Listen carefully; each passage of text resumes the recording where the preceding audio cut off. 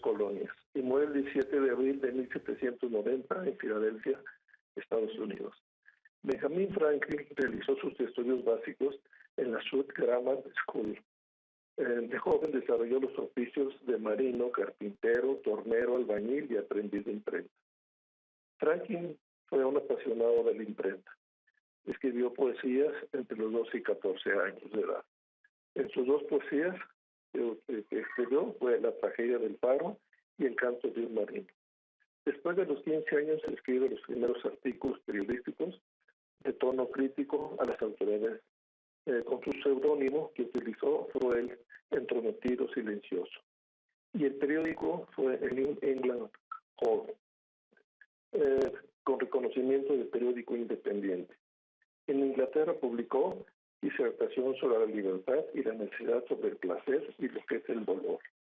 Para 1729, Franklin compra el periódico Pennsylvania Gazette. En 1743 publica el almanaque del pobre Richard. Benjamin Franklin se encargó de la emisión del papel moneda en las colonias británicas de América en 1727. Otros méritos: fue fundador de la primera biblioteca pública de Filadelfia. Fundó en 1736 la New Firing Company, o sea, el primer cuerpo de bomberos de Filadelfia. También participó en la fundación de la Universidad de Pensilvania en 1749. Y en el primer hospital de la ciudad. Benjamin Franklin fue un apasionado de la ciencia, que inició sus trabajos a mediados del siglo XVIII, que coincide con su actividad política. Franklin fue influenciado por Isaac Newton y Joseph Addison, que se reflejó en sus obras ensayos sobre el entretenimiento de luz y el espectador. Desde 1747 estudió los fenómenos eléctricos. Enunció el principio de la conservación de la electricidad. En resumen de sus investigaciones, se plasma en su obra experimentos y observaciones sobre electricidad. En 1752 realizó en Filadelfia el famoso experimento del cometa, el cual consistía en atar a un esqueleto de metal un cometa y con un hilo de seda que en su extremo llevaba una llave metálica, y haciendo volar el cometa en un día lluvioso y con descargas eléctricas, observó que la llave se cargaba con cargas eléctricas. Ese experimento demostró que las nubes están cargadas eléctricamente, o sea que contienen electricidad y que se genera por potenciales eléctricos.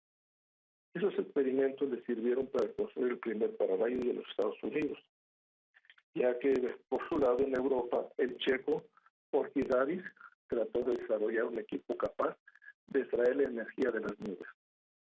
Para 1782 en Filadelfia ya se habían instalado 400 pararrayos. Benjamin Franklin fue designado por la Academia de París como uno de los más insignes científicos vivos no franceses. De igual forma, Benjamin Franklin es considerado uno de los padres fundadores de los Estados Unidos. Y al hablar de los rayos, relámpagos o chispas, sabemos que es un fenómeno que ocurre en todas las regiones de la Tierra. Estas descargas eléctricas atmosféricas ocurren en las regiones tropicales en tiempos de lluvias más frecuentemente. Un rayo es simplemente una descarga de electricidad estática acumulada, ya sea en una nube, en el suelo, y cuando el potencial o voltaje es bastante grande o la distancia entre los cuerpos nube-tierra, nube-nube o tierra-nube es muy pequeña, se rompe la rigidez eléctrica. O sea, lo que se puede decir que el cuerpo era un aislante se convierte en un conductor y la descarga o rayo se produce en una forma por demás violenta, en donde se liberan al mismo tiempo luz, calor y energía. Las nubes se cargan eléctricamente por el rozamiento de los cristales de hielo que contienen las nubes, o simplemente por la fricción de aire caliente que asciende a través de las nubes. Las cargas eléctricas y la diferencia de voltaje hace que se produzcan brincos de energía eléctrica, y mientras se equilibran, los voltajes se producen relámpagos y rayos. Y a su vez, estos generan una expansión violenta del aire que provoca una onda sonora, que nosotros le llamamos truenos. Siempre que se produce un rayo se genera un resplandor, ya que se propaga a través del aire a la velocidad de la luz y del sonido de 340 metros por segundo. O sea que si vemos un rayo o un trueno, y que llega en 3 segundos el sonido, el rayo cayó a 1 kilómetro de distancia aproximadamente. Hoy estamos entrando en la temporada de rayos y tormentas eléctricas. Según datos de la Organización Mundial de la Salud, en México mueren al año más de 250 personas por este fenómeno. Un rayo descarga en promedio entre 1.000 y 10.000 millones de julios de energía, con una intensidad de corriente de hasta 20.000 amperios y 100 millones de voltios, según datos de la Administración Nacional Oceánica y Atmosférica de Estados Unidos. Los rayos caen cuando existe una pequeña distancia entre los cuerpos cargados. E inclusive una nube puede tener cargas positivas y negativas en sus dos extremos. Y si se une el cuerpo, la nube queda eléctricamente neutro. Y recordando Benjamin Franklin en sus estudios de los fenómenos eléctricos de 1747 y sus experimentos y observaciones sobre electricidad, en donde demuestra con un cometa que las nubes están cargadas con electricidad, o los rayos o tormentas eléctricas siguen provocando con sus impactos quemaduras en las personas, así como pérdidas auditivas, parálisis, pérdida de memoria y hasta la muerte. La velocidad de la caída del rayo es de unos 2 microsegundos y su medio de longitud es de 5 kilómetros por cada centímetro de ancho. Se calcula que la Tierra es impactada más de 17 millones de veces al día, 200 por segundo.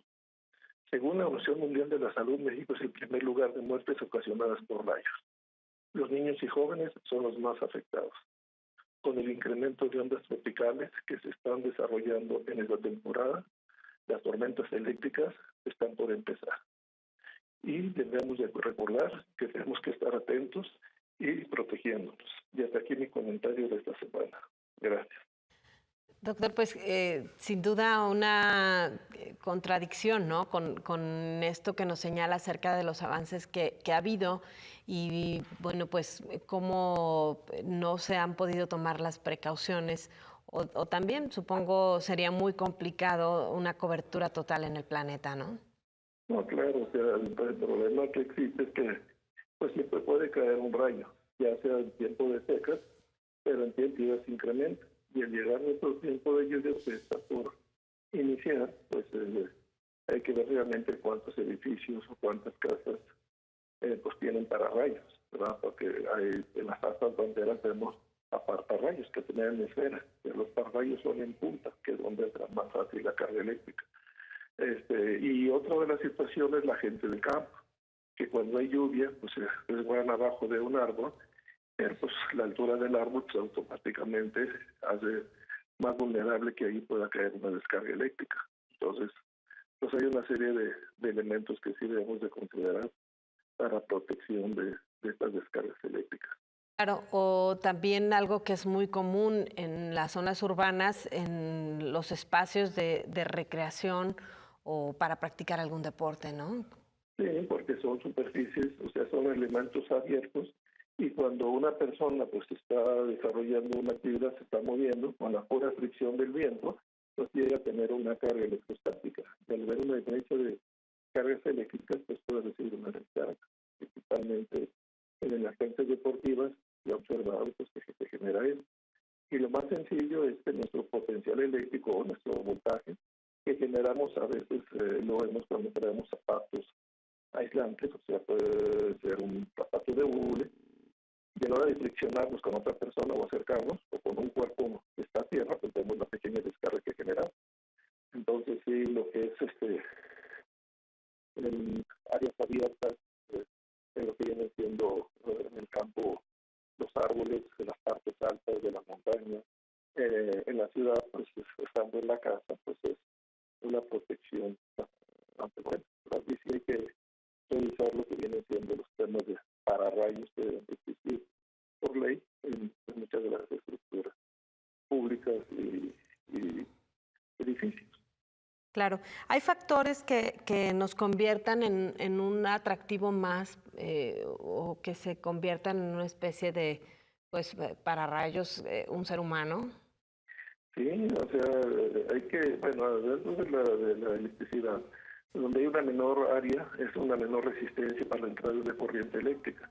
Y si nosotros estamos, por decir algo, aterrizados, voy a poner un ejemplo, si yo tengo elementos de potencial del cuerpo, yo tengo, por decir algo, ropa de plástico o de lana y está friccionada, pues ahí tengo una corriente eléctrica. Y la diferencia que existe, porque un rayo puede ir de una nube a la Tierra, de la Tierra hacia la nube. Entonces, pues lo que hay que hacer y lo que hay que protegerse es simple y sencillamente descargarse. Y para descargarse, pues desde la humedad, el tipo de ropa que se utiliza, el tipo de calzado que se utiliza, pues tiene que ver. Un ejemplo, en un automóvil, es raro que caiga un rayo sobre un automóvil. ¿Por qué? Porque tiene unas llantas de hule, pero a su vez está mojado y no tiene punta, sino que es una superficie redonda. Mientras más redonda esté, pues menos descarga. Algunos alpinistas o algunas gentes que dedican en el campo a escalar, pues cuando empiezan las tormentas eléctricas, lo primero que hace es que una posición de efecto. O sea, se hacen bolitas, como se dice vulgarmente, y así ya no generan superficies de punta y el potencial pues queda muy difícil de que entre o que salga por ahí. Claro. Bueno, pues muchísimas gracias. Ahora sí, doctor, que con todo lo malo que nos pasa en este país y además nos cae el rayo, ¿verdad? Buen día. No, pero pues ojalá que ya caiga mucha lluvia. Claro día. que sí, eso sí hace falta. Buen día, un placer escucharlo. Igualmente, sí, Gracias, el doctor Antonio Gómez Reina. Hacemos una pausa, regresamos con más información.